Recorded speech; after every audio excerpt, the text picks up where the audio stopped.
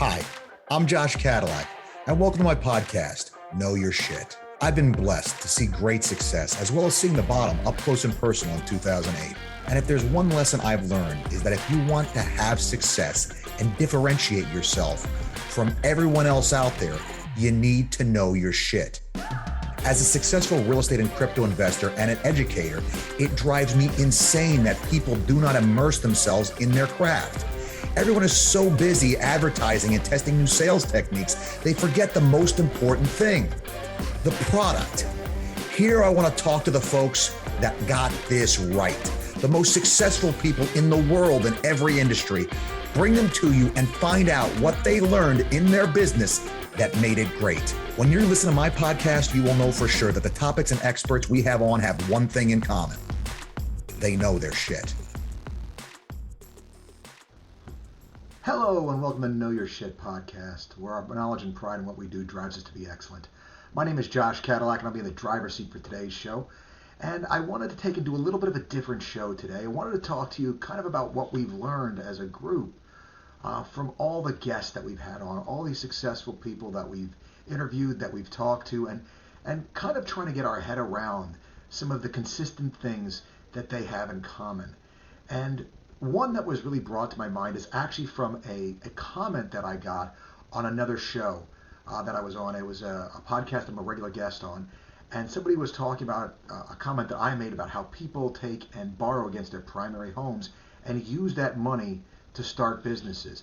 And the person's comment was, well, that's super risky, and who's going to tell them how risky that is, and what happens if they lose that business? They could lose their home, and I think you're better off just focusing on family and living life and not taking on that kind of risk. And there's something to be said for that. I mean, I listen to the comment, and I'm always appreciative of people's comments, especially comments like that are going to maybe push back against something we put out there. But I had to also recognize in that the obvious differences there are in people. And I mean by that there are certain people that have the entrepreneurial spirit, some people that have the bug, right? That they need to take and make something where nothing exists, and they have the appetite to take on that risk because they have a desire to express themselves in something that they create, whereas other people don't feel that need. Other urges, other desires in life are more important to them, like spending time with family and focusing on, just a beautiful sunset or this sort of thing. Whereas people that are a little bit more sick in the head like me, that are constantly starting businesses and, trying to take and make businesses be successful and creating successful businesses, folks like us, it's a little bit of a different thing. Like, I can enjoy the sunset for a little while, but then I got to go take and make something. And whether that's, a flaw in my character and in the character of entrepreneurs, or maybe it's a lack of risk aversion that we suffer from, or maybe it's the exact opposite. Maybe being so risk averse as many people find themselves being is the problem. And I think the answer really is a nuanced one, in the sense that it's neither of those things. Neither group of people are wrong or sick. It's just that the potential upside for our folks that are unwilling to invest, their potential upside is less. Their potential downside is less as well. And they're comfortable with those odds. I think that the place that I see with my entrepreneurs is they look for, and one of my favorite lessons that we ever got on here, favorite things, and we've heard it many different times, is our entrepreneurs that say basically they find ways to say yes to things. So rather than finding reasons not to do things, they're looking for reasons to do them, reasons to get things done, ways to get them done, ways to use the gray matter between their ear to force their will on the universe and make something that's difficult to get done, get it finished, make it happen, right? And so what that looks like can be all sorts of things, whether or not it's taking and trying to figure out how to make a property make sense, when all of a sudden there's something that's been brought up about the property that makes it no longer seem as good a deal. Are there ways that we can work around this? Are there ways that we can mitigate that risk? And this is what I think the entrepreneurial spirit is. It's not just a complete lack of fear. It's not a lack of contending with risk. It's looking for ways to mitigate that risk in a way that will allow it to move forward because they want to say yes to the situation. I think overwhelmingly that's what you see in this. And so I would ask for my people, and it's something I see all the time with folks that I coach and that are in my investment groups and in my mastermind. I ask them, what is it that makes you say no to things? What are those things that make you say no to the things? And are the risks that you look at that make you say no to those things, are those risks in your mind, or are they reasonable risks? I mean, popping yourself out of yourself and just looking down at yourself, like saying, am I reasonably frightened, or am I unreasonably frightened? And is the thing that I'm frightened about, is it something that can be mitigated? Is there some way we can manage that, minimize the risk? I mean, one of the big ones that I hear from my investor people that are new investors when it comes to renting or buying investment properties is the risk of bad tenants. Is the risk of bad tenants a non-zero risk? Absolutely. Are there a million things that we can do to take and mitigate and minimize that risk and the likelihood of that risk making an asset a bad one? Of course there are. And so the entrepreneur, the person that's going to move forward, the person that's willing to take and deal with that risk is the one that's going to take and try to look for those ways to minimize the risk. And the other group is going to sit here and say, hey, look, that's a risk. I don't even know that we want to look any further. I've convinced myself that it's not worth proceeding any further because there's not evidence, there's not a method that you're going to present that's going to make me see this risk as anything less than a deal breaker. And so I think that you see that over and over again, whether it's investing in real estate, investing in a business, borrowing money to take and start a business, borrowing money to take and buy real estate or invest in anything. There is always this non-zero risk, but what is your appetite for that risk? And it really takes an honest conversation with yourself to see the things that are dissuading you. Because as I look at it, guys, and bear with me for this, I'm thinking this through as I'm talking it out with you here, but it's an idea that I've also rolled around in different ways, which is this. A lot of the ideas, a lot of the things that we have in our head as to how the world works and what we're comfortable doing and not comfortable doing are things we picked up as a kid with very little information in our head. And if you don't do anything, we just kind of stick with those things and we never really ask ourselves, well, how did it get to be that way? How did I get to think like that? And sadly, as it turns out, if there's any time in your life when you are least equipped to take and make a decision or set a precedent for how you're going to consider the rest of life, I would say as a child, that would be the worst possible time because you have the most limited database of information and history to go to in order to take and set these standards and precedents for how you're going to move forward, right? And so I think that healthy moment of assessing what things keep you up at night, what risks are bothering you and keeping you from moving forward, and as the entrepreneur, what risks are you maybe not mitigating well enough? What things are you just saying, we'll figure it out as we go, that maybe should be slowing you down a little bit? Because at the end of the day, folks, what we really want is the most healthy possible approach to the stuff that we can. And so you've seen on this show, I've interviewed people that have been massively successful, some being huge risk takers, and others that grew their business very slowly and methodically through just hard work and beating their head against the wall. And both groups managed to be successful. Neither group succeeded by not taking risks, though. The type and size of the risks they took were different. The scale of the risks obviously varied incredibly. And the way they chose to mitigate those risks were obviously very varied. My slow-moving group of investors, again, super successful group, they chose to take on risks, but they chose to much more carefully hedge those risks. My groups of wild cowboys, if you will, they went all in and said, we'll figure it out when we get there. Honestly, maybe the best example I can give, this is one of my best, great personal friend of mine, my broker, Jesus. Jesus, he does not ever, when we do a podcast together, he never wants to plan at all, even what the general topic of the podcast is going to be about. He hates that kind of structure because he likes flying by the seat of his pants because he feels he's at his best that way. And the success that he's experienced in the industry has borne that out. That his ability to adapt on the fly and think on his feet has actually served him very, very well. And that is a certain type of investor, a certain type of entrepreneur. But the idea that you need to be like him in order to be successful is not so. Another one of my absolute favorite people we interviewed, Mr. Mike Danduran, on the podcast.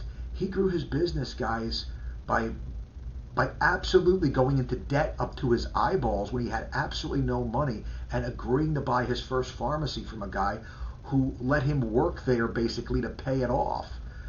And what that looked like and all the long hours he put in and how he grew his business very conservatively and moved forward. And everything is planned out and thought through as best and as well as he could. Folks, these people have given you a roadmap, has shown you the various different ways to success. But there is no path to success through embracing nothing but safety. There isn't a way to do that. So building your muscle up, folks, your appetite for risk and a risk tolerance, the ability to go to sleep when you don't have all the answers in place, is going to largely determine whether or not you can be successful and to what extent you can be. It's a matter of honesty with yourself. It's a matter of self-awareness. And this self-awareness is something that, regardless of where you are on the spectrum of entrepreneurism, you need to assess to figure out whether the position you hold is a reasonable position that is serving you best to reach your goals in life. I think if we're not doing that, I think we're wasting a lot of what this podcast is designed to do and what a lot of other opportunities and things that we see, a lot of life lessons that we can learn from are. Because it's one thing to look at what other people have done. It's another thing to take and figure out how to put it into practice and into place, dealing with the fact that we are a certain way, we're all built differently, and our comfort level with what we need to do is different. And our ability to become, as Jesus likes to say, comfortable in the uncomfortable is a huge part of the skill set building we need in order to achieve what we're absolutely capable of. Should everybody own their own business? Absolutely not. Some people have the temperament and the tolerance. They are built in a certain way that being an employee is what's best for them and how they look at life. They're willing to give up the freedom and the anxiety. They're willing to miss out on the anxiety, but also miss out on the freedom to have something that's more stable and secure. And for those folks, I would say, you should be happy that the crazy entrepreneur guys are out there, the ones that are willing to go to bed without all the answers, with all the agita, with all the anxiety, that they're willing to take and spend all the money on Tums that they do. Because without them, the jobs that the employee folks have probably wouldn't exist. The folks, and look, if you look at the story of the start of General Motors, I believe the gentleman's name was Billy Durant. This guy, you want to talk about a risk taker, guys, this guy bought company after company to take and vertically integrate General Motors so that all the parts they needed were owned. All the parts they needed manufactured to make the cars, they had in-house. When we're talking about this stuff, folks, little companies, like anybody ever heard of a company called AC Delco? Yeah, that's a company he bought. He had General Motors buy because he wanted to have the parts in-house. Another little company called Frigidaire. Yeah, the people that make the refrigerators, that's a General Motors company. Why? Because he saw the ideas, he took the risk, he borrowed the money and financed it. Now you're going to say, well, if those of you that know Billy Durant's story, he lost his company. He got bought out of his company. Not bought out, he got kicked out of his company. And so you know what he did? He found a race car driver named Chevrolet. And with that guy named Chevrolet, they started another company. And that company, Chevrolet, bought General Motors and got him his company back. And he lost it again. The guy made and lost fortunes several times throughout his life, guys. But if you want to talk about unborrowed vision and saw the big picture and amazing opportunities and ideas, it was this guy. So if you want a real microcosm of the entrepreneurial spirit, guys, I can't find a better picture than the guys like Billy Durant. Everybody knows Steve Jobs and kind of knows his story, folks. But a similar situation. The visionary that had character flaws and problems that made him, lose their company. In Steve Jobs' case and Billy Durant's, lessons that needed to be learned. Steve obviously learned them. Billy, not so much, right? I think we see right there, folks. I think we see right there how important that personal growth is. Learning from the mistakes. But, folks, a willingness to make the mistakes in the first place. If you're unwilling to make the mistakes, you're unwilling to potentially participate in an upside far better than anything you could ever have hoped. And I don't want that for you. I want everybody out there, folks. If I could tell you what the podcast was about, it was not about selling more real estate or anything like that. My podcast here, guys, is to really help you get out of you as much as you're capable of. To take and tap into that potential that we all have that, well, let's be honest, we often squander. In fact, if you want to look at one of the true tragedies of life, folks, one of the things that I like to let keep me up at night, it's how much of my potential at the age I'm at right now, 44 years old, how much of my potential I've lost along the way. I've taken advantage of a lot more than maybe some people have, and all the things I've been able to accomplish and do in my life. But how much more could I have done? How much could I have missed out? How much did I miss out on? How much more could I have achieved? I want to think that way, folks, because I want to make the next 10 years better than the last 10 years. I want to find out just how much is in the tank. So let me ask you, folks, would you like to know how much is in your tank? Would you like to know what you're maximally capable of? What your machine, what this person that you take and have lived your life with every day, every step of the way. Wouldn't it be nice one day to see what they're like at their absolute best? I put this out there, folks, because we all run a risk. A really scary, frightening risk in my mind, which is we run the risk of dying with our best work left unseen. We run the risk of never seeing what we're truly capable of. And so this podcast was largely about knowing your shit so that you would be able to take advantage of what you can really do, folks. What you could do. The way the analogy that I like to give when I talk to people about this idea is imagine building a race car. And all you do is you got this race car and you have no idea what the top speed is, but you'd love to find out, I suppose. But all you ever do is take it back and forth to the grocery store. Folks, you're never going to find out what your car can do just going back and forth to the grocery store. But wouldn't it be sweet to take it out to the salt flats and just take and open it up and see what it could do? Yeah, Josh, but go to the salt flats is risky. You push the engine that hard, things could break, bad things could happen. Yeah, folks, but you know what?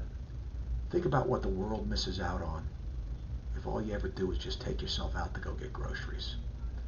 The folks that made this world better in a truly meaningful way are the ones that took the car out to the salt flats and opened it up. The world's a better place because of Steve Jobs, folks. And it's not because he got a day job, put in his 40 hours a week. The guy went out there and really opened himself up to see what he could do. And he pushed himself. And here's the cool thing, folks. Not only was he wealthier for it, but the world in general was a better place for that effort. And so I put that out there for you to think about, guys. I want you to noodle around. I think they're important ideas. I think they're ideas that maybe... I know on a podcast I'm supposed to give you stuff that's cookie cutter, that's going to make you feel good. Folks, I think this is one to struggle with. I think this is one to roll around that maybe should stick in your craw just a little bit. Because these are the important questions to answer in life. And the one that I want to leave you with is what do you need to do to really see? What's keeping you from seeing what you're truly capable of? All right, folks, that's it. I wanted to give you kind of a little look at my heart and why I started this and why I do this and what it's all about, what I try to take and do with agents and what all the coaching and mastermind and podcasts about. If you like this podcast, I never say this, I should. Please like it, please subscribe. We want to take and try to get more of this out there to people to help not just agents, not just investors, but everybody really take and figure out how to maximize what you have and truly surprise yourself. Nothing better than this, guys, surprising yourself when you want to be able to do more than you ever thought you could. All right. Till next time, guys, thanks for joining me. Till next time on the Know Your Shit podcast. We're closing customers for life, guys. Taking and do our business so well that customers never do business with anybody else but us. All right, guys. Take care. Pursue excellence. Talk to you next time.